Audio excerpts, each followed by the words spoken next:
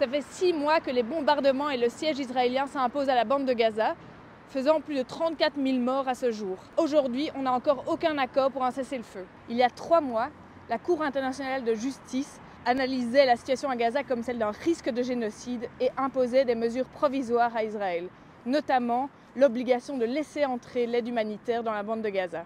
Jusqu'à ce jour, Israël n'a pas encore respecté ces mesures provisoires. Il y a 1 mois, la sonnette d'alarme était lancée.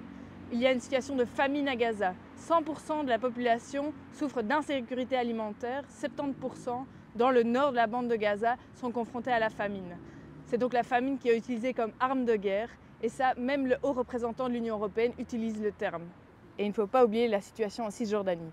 La semaine dernière, Human Rights Watch a publié un rapport qui établissait que des membres de 20 communautés palestiniennes de Cisjordanie ont été déplacés de force et que 7 communautés entières ont été déracinées depuis le 7 octobre.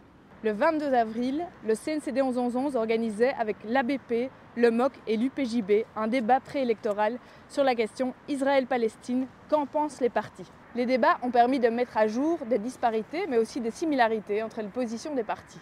Le PS et Écolo insistent sur l'importance d'une interdiction du commerce avec les colonies. Les engagés, eux, soutiennent la mesure, même si leur position doit être encore éclaircie.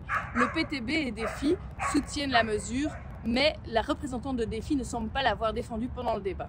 Lors du débat, le PTB et les engagés insistent sur l'embargo militaire vis-à-vis d'Israël, une mesure que soutiennent également le PS, Écolo et Défi dans leur réponse au questionnaire de l'ABP.